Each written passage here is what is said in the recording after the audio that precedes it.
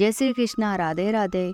अजय एकादशी समस्त पापों का नाश करने वाली है। जो मनुष्य इस दिन भगवान ऋषिकेश की पूजा करता है उसको वैकुंठ की प्राप्ति होती है। आइए जानते हैं अजय एकादशी व्रत कथा के बारे में। प्राचीन काल में हरिश्चंद्र नामक एक चक्रवर्ती राजा राज्य करता था। उसने किसी कर्म के वशीभूत होकर अपना सारा राज्य व धन त्याग दिया, साथ ही अपनी स्त्री, पुत्र तथा स्वयं को भी बेच दिया।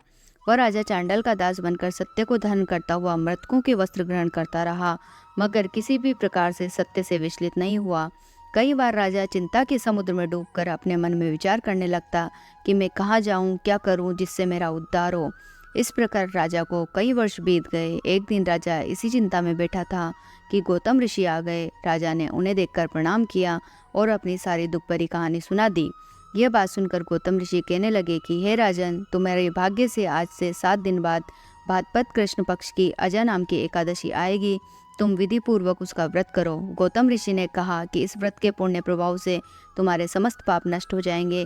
इस प्रकार राजा से कहकर गौतम ऋषि उसी समय अंतर्ध्यान हो गए।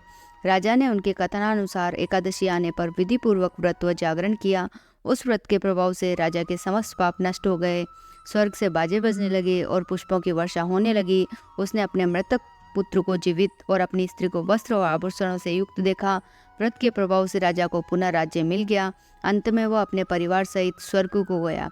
यह सब अजय एकादशी के प्रभाव से ही हुआ है।